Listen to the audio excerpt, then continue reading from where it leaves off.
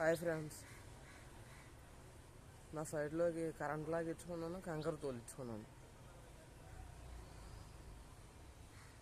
ఇంకా కన్స్ట్రక్షన్ మొదలు పెట్టాలి.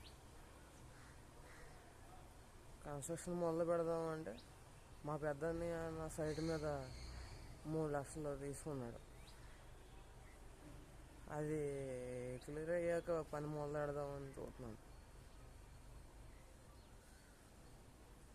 లోన్కి వెళ్ళాలి కదా, లోన్కి వెళ్ళి పని మొదలు పెట్టాలి.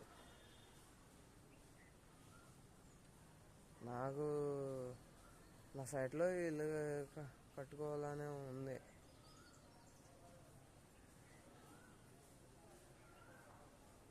చూద్దాం, ఆ భగవంతుడు ఏదైనా దారి చూపిస్తాడేమో. దానికి డబ్బులు అవసరం కదా.